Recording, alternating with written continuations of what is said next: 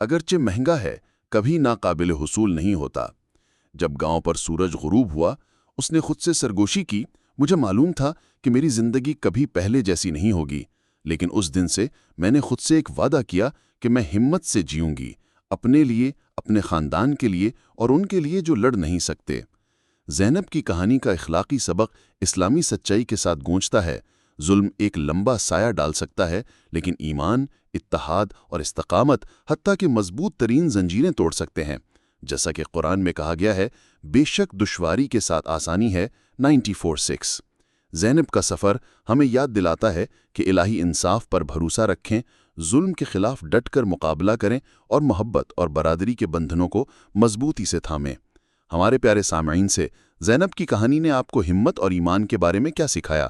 اپنے خیالات کامنٹس میں شیئر کریں اور ہمیں بتائیں کہ آپ اپنی زندگی میں ظلم کا سامنا کیسے کریں گے۔ لائک، سبسکرائب اور بیل آئیکن دبانا نہ بھولیں تاکہ ایسے ہی دل کو چھو لینے والی کہانیاں آپ تک پہنچتی رہیں جو روح کو بلند کریں۔